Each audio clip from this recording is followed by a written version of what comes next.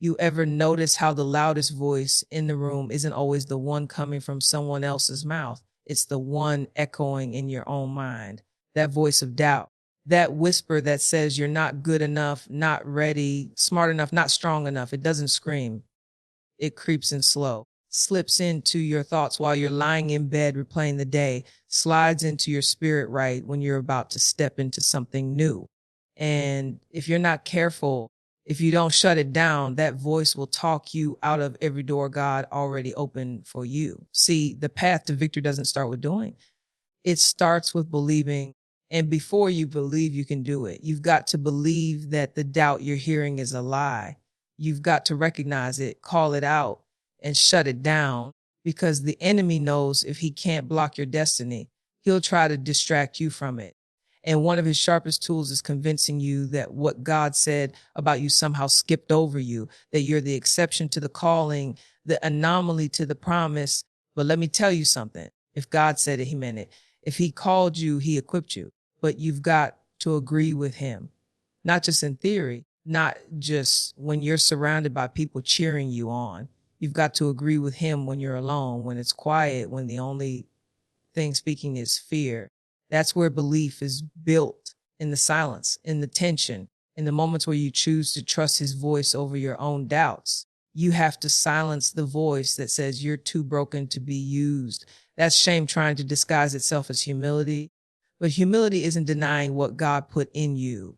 It's acknowledging that it came from him in the first place. You're not doing this on your own. That's why you can believe you can do it, because it was never about your strength to begin with. It's about your surrender. It's about your willingness to say, I don't feel qualified, but I trust you anyway. Victory is not about how loud you can shout or how polished your plan is.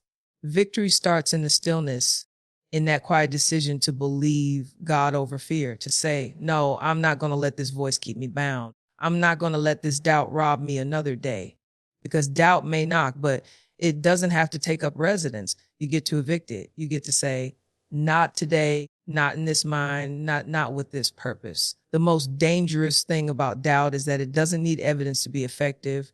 It just needs access. And the more you entertain it, the more you empower it. But the moment you decide to close the door and speak truth back, something shifts. You stop shrinking.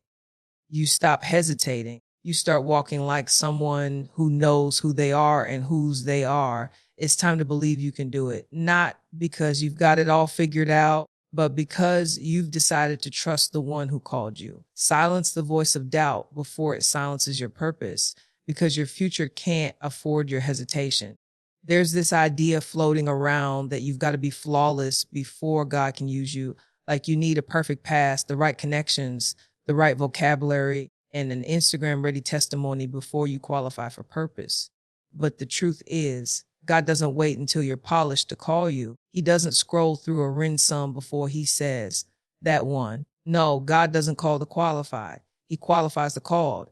And that's good news for the rest of us. For the broken, the insecure, the ones still healing, still fighting to believe they belong in the rooms they keep finding themselves in. It's funny how we ask God for a sign, for a miracle, for clarity, and then when he gives it, when he opens the door, nudges our heart, or gives us the assignment, we backpedal, we get scared. We start listing all the reasons why we can't possibly who he says we are. But God, I don't speak well. I messed up too many times. I'm not ready. I'm not spiritual enough. Sound familiar? That's not humility talking. That's fear dressed up as false modesty. And God's not moved by how polished your excuses sound. He's moved by faith, by obedience, by your willingness to move before you feel ready. You don't need to have it all together. You just need to be willing. Willing to look foolish for a season, willing to step out when your legs are still shaking, willing to trust that if he gave you the vision, he'll also give you the grace to walk it out. That doesn't mean it's going to be easy. It just means you're not walking alone. And when you realize you're not doing this in your own strength, something shifts. You stop striving and start surrendering. Think about how many people are stuck waiting on perfection, waiting to feel confident before they step into the thing they were built for. Meanwhile, God is saying, go now, because purpose doesn't begin when you feel secure. It begins when you decide to trust. It's easy to delay destiny in the name of preparation, but some of us aren't preparing. We're procrastinating. We're hiding in what looks like discipline, but really it's fear of being exposed. But listen, God isn't afraid of your weaknesses. He already factored them in when he chose you. Moses had a speech problem. David had a lust problem. Jonah ran. Peter denied. Paul persecuted. But they didn't disqualify themselves, and neither should you, because if God only used people who had it all together, the Bible would be a pamphlet, not a book. God chooses the unlikely on purpose so that when you win, nobody can say it was just you. They'll have to say it had to be God. You might not feel equipped, but you're still called. And every time you show up anyway, every time you speak, every time you serve, every time you take that step, even while afraid, you're being shaped into the very person he's always seen. You don't need to pretend you're ready. Just be real enough to say yes. Your surrender is more powerful than your skill set. God doesn't need your perfection. He needs your permission. You're not disqualified for okay with me. You're not behind, you're not broken beyond use. You are called, and that's enough. One of the biggest lies that keeps people stuck is the belief that you have to do it perfectly or not at all. That if it's not polished, if it's not smooth, if it's not guaranteed to succeed, then it's not worth starting. But victory doesn't require perfection. It requires movement, progress, even messy, uncertain, awkward progress. Because the truth is, you're not going to have all the answers before you begin. You're not going to feel confident every step of the way. And that's okay. God never asked for perfection. He asked for obedience. See, the enemy doesn't need to destroy you to delay you.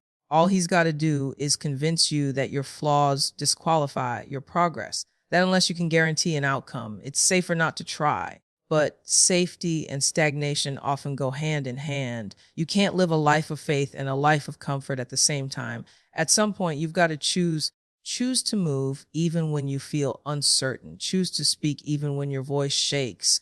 Choose to build even when you don't see results yet. There's beauty in the becoming. And we rob ourselves of that beauty when we demand perfection from a process that was never meant to be clean. Growth is gritty. Healing is messy. Obedience doesn't always look neat and well put together. Sometimes it looks like showing up with trembling hands. Sometimes it looks like praying through doubt. Sometimes it looks like crying while still taking steps forward.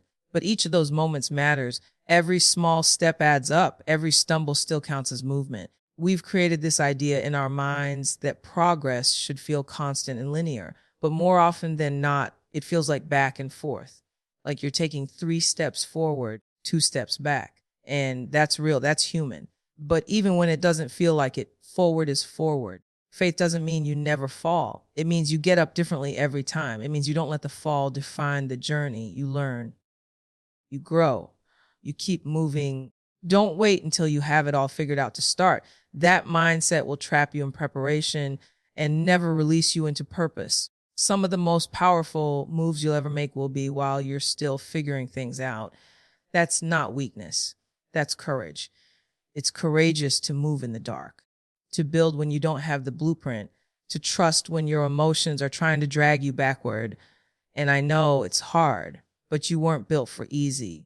You were built for endurance. And here's the thing, God's not looking at your progress through the lens of perfectionism. He's not tallying your wins and losses like a scoreboard. He's watching your heart, your obedience, your willingness to keep walking when the path doesn't make sense. And that kind of faith, that kind of consistency, it honors him more than polished performance ever could. You will stumble, you will question, you will wonder if you're even on the right path. But as long as you're still moving, still trusting, still trying, you're doing exactly what you need to do. Don't let the messiness of your progress convince you that you're failing. You're not.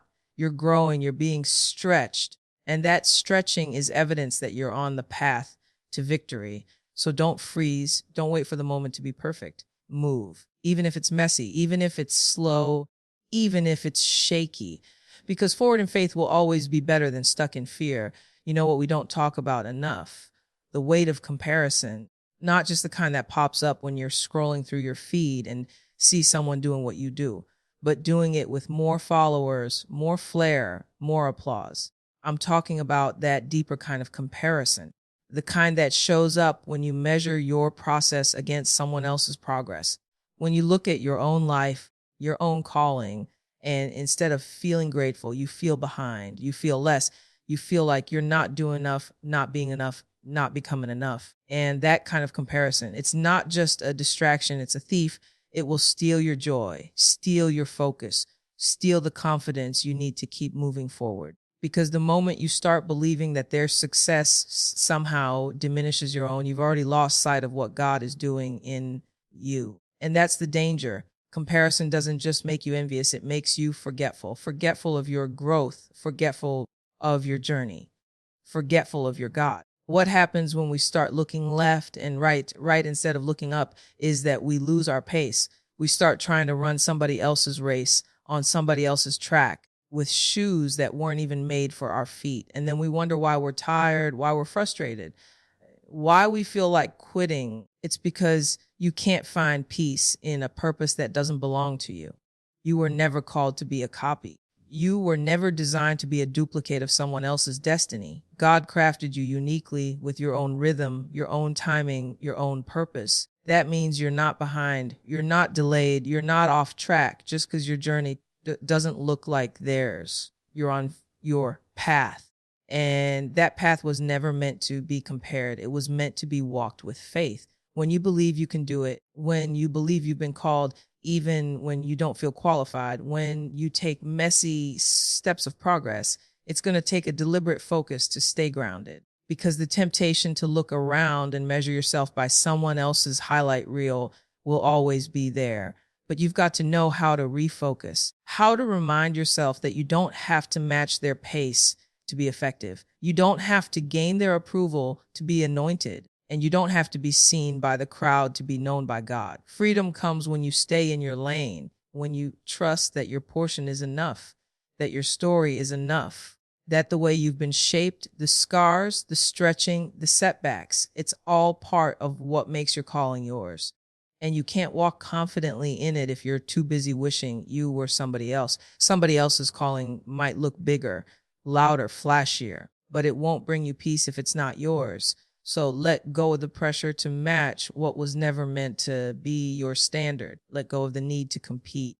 Let go of the lie that there's only one spot at the table, only one version of success, only one way to win. God made room for you already. Your victory doesn't come from being like them. It comes from being faithful as you. And that's more than enough.